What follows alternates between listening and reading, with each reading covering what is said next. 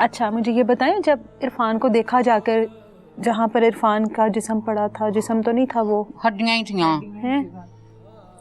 सिर की खोपड़ी थी, कपड़े ते सियान कर ली थी। कपड़े अलग थे, हड्डियां अलग थी? हाँ जी, नाला भी कढ़िया होया सी किसी ने सलवार माते। अच्छा। नाला भी नहीं थे है, बस 120 रुपये सी उसकी जेब में, रुमाल था उसपे। अभी भी थे वो?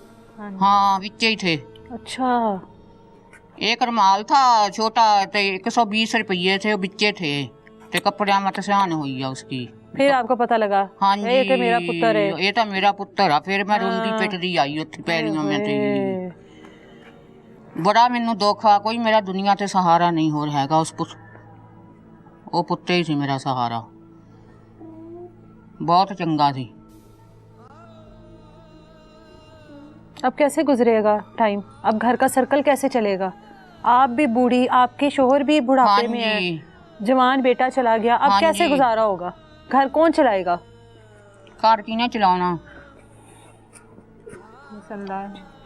अल्लाह ही आ बस।